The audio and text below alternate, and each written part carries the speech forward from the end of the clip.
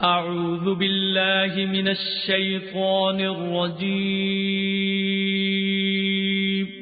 پناہ مانگتا ہوں میں اللہ کی شیطان مردود سے۔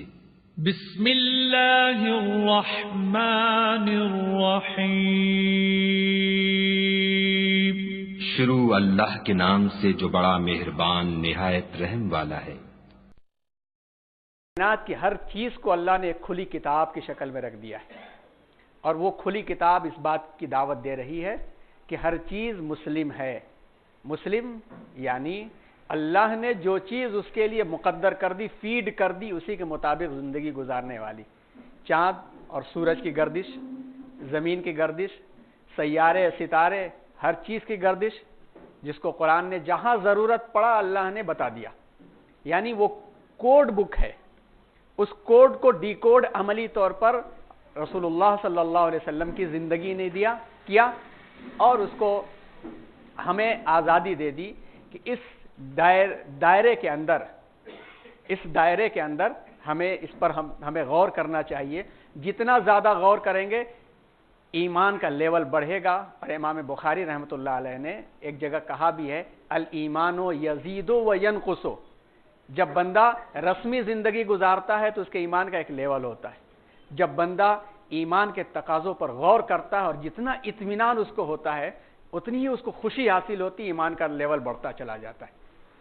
تو بات اس محاضرے کو شروع کرنے سے پہلے ایک چھوٹی سی بات آ گئی تھی کہ ہمارا مقصد کیا ہے کہ ان الدین عند اللہ اسلام کے بارے میں ہم اطمینان حاصل کر لیں تو پتہ چلے گا کہ وہی دعوت آدم علیہ السلام، وہی دعوت نوح علیہ السلام، وہی دعوت ابراہیم علیہ السلام اور ان کی اولاد میں آنے والے نبیوں نے، اور وہی دعوت ہندوستان کے اندر بھی اگر انبیاء کا سلسلہ ہے، جیسا چاہے ذوالکفل کا سلسلہ ہو یا اور بھی نبیوں کے شاگردوں کا سلسلہ ہو، وہی دعوت دیا، اور اس دعوت سے بکھراؤ جو ہوا اس کا بھی تذکرہ آیا۔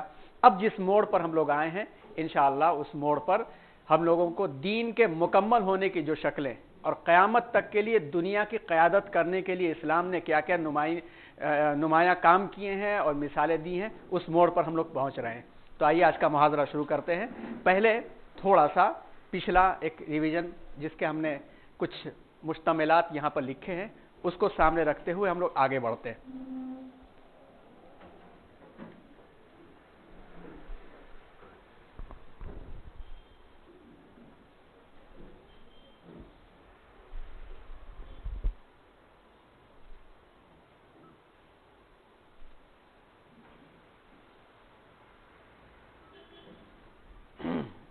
الحمدللہ رب العالمین، اللہم صلی علی محمد وآلہ واصحابہ اجمعین۔ اللہ کا فضل اور احسان اور کرم کہ اللہ تبارک و تعالیٰ نے آج 10ویں محاضرے میں ہم سب کو شرکت کرنے کا موقع دیا۔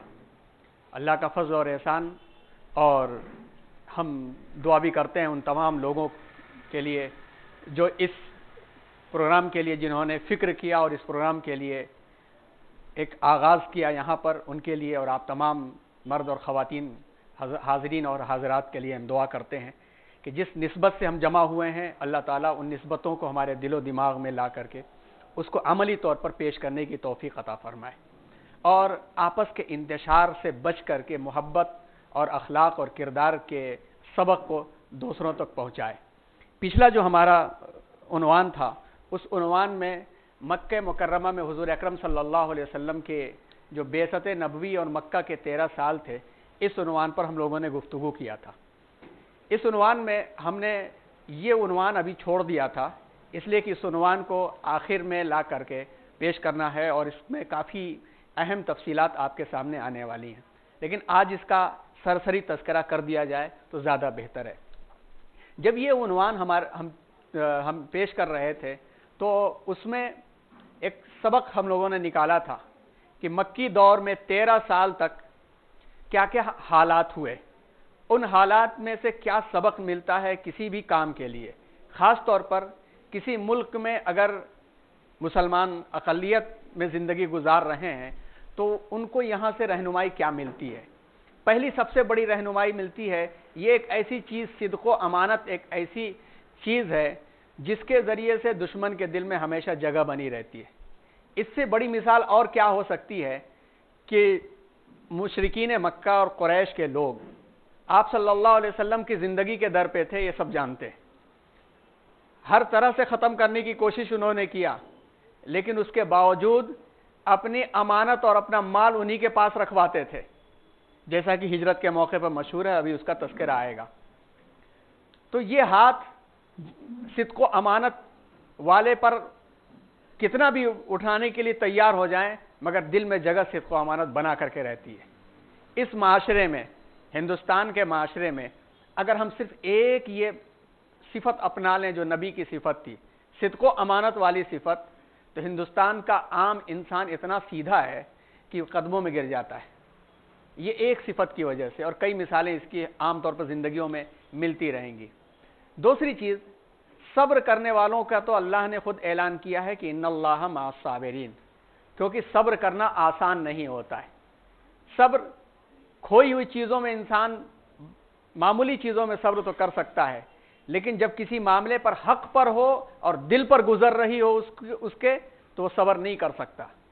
اسی لیے اللہ نے اس معاملے میں سب سے بڑا امتحان اپنے نبی سے لیا اور سب سے بڑا سبق امت کو دیا.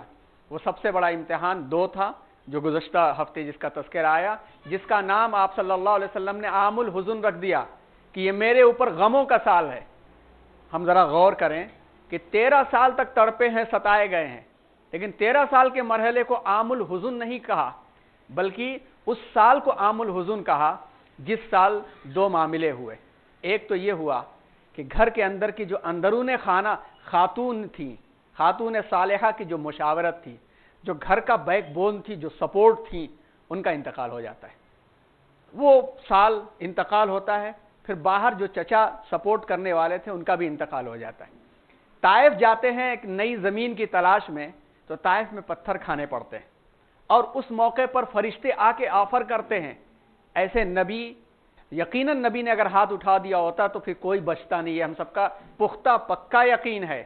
اور اس پر فرشتے آ کے آفر کر رہے ہیں کہ آپ اجازت دیں تو ہم پیس ڈالیں گے، مگر ایک ہی جملہ ان کی زبان سے نکل رہا ہے، ہم سب کے لیے بہت بڑا سبق ہے.